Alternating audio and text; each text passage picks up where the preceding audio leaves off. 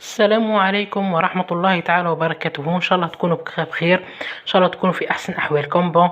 اليوم إن شاء الله رايحين نديروا تيزانة ولا مشروب ساخن لعلاج الكحة ولا السعال. لأنه إحنا في فصل، بما أنه إحنا في فصل الشتاء، أكيد راح نتعرضوا للبرد، والبرد هذاك راح يخلينا نمرضوا وراح تكون عندنا الكحة والسعال يعني بقوة. وبالتالي عنده علاجات طبيعية عن طريق الحشائش وعن طريق بعض بعض التيزانات اللي نحضروهم في البيت، يعني بطريقة طبيعية وكل شيء يعني، ونرتاحوا إن شاء الله. التيزانة هذه تيزانة متوفرة في المشروب هذا اللي حنطيبوه تيزانة، ونديروا القرنفل، ونديروا الزعتر.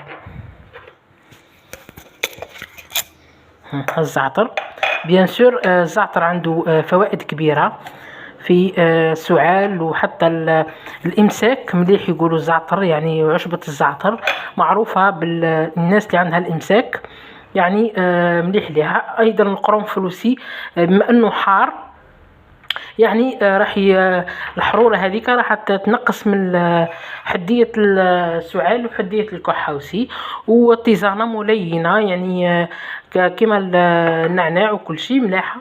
بيان سور احنا حطينا الماء يسخن ورايحين نحضروا هذا المشروب، وانتم هاكم معنا.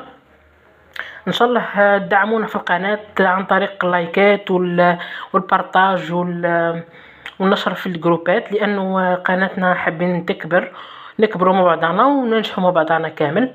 بيان سور الكلمة موجه لاصحاب القنوات اللي مشتركين عند بعضنا.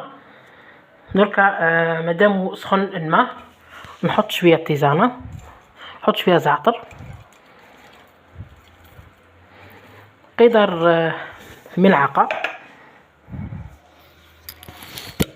والان نحطوا شويه طيب او القرنفل. ايضا نحطوا التيزانه ما نقدرش نسكبها، وبالتالي نديو شويه عن طريق اليد. انا حطيتها، يعني مشروب ساخن وحار، يعني نشربوه قبل النوم، يتشرب قبل النوم. نخليوه يغلي هكا في الماء مدة 5 دقائق، وبعد نغطيو عليه باش زيوت الطيارة ما تطيرش، يعني لأنه الفوائد كاملة في زيوت الطيارة هذيك. ديجا الماء أو غلى قبل، دونك هنا نخليوه يزيد يغلي شوية في الحشيش ونطفيو عليها.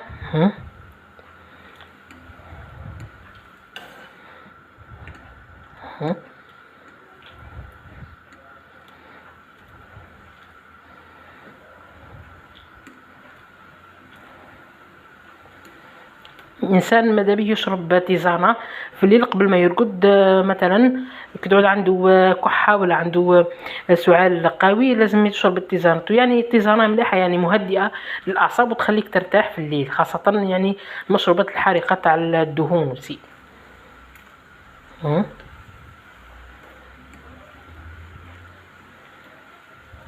خليها تتغلى مليح هكا باش كل المفعولات تدي، كل الحشائش نديو منها كل حاجة نديو منها المنفوع ولا الفائدة.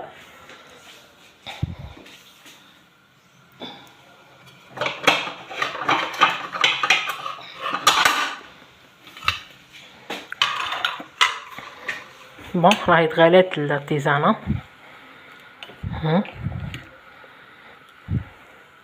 دركا نطفيو عليها ونغطيوها بالغطاء، تقعد واحد 3 دقائق 5 دقائق هكاكا، ومن بعد نقدموها في كاس تاع الشرب احنا نشربوها فيه. وهذه هي ان شاء الله، نتمنىكم في احسن احوال والظروف، وان شاء الله ننجحوا مع بعضنا ونطلع مع بعضنا، وتمنياتي لكم بالتوفيق. والسلام عليكم ورحمة الله تعالى وبركاته.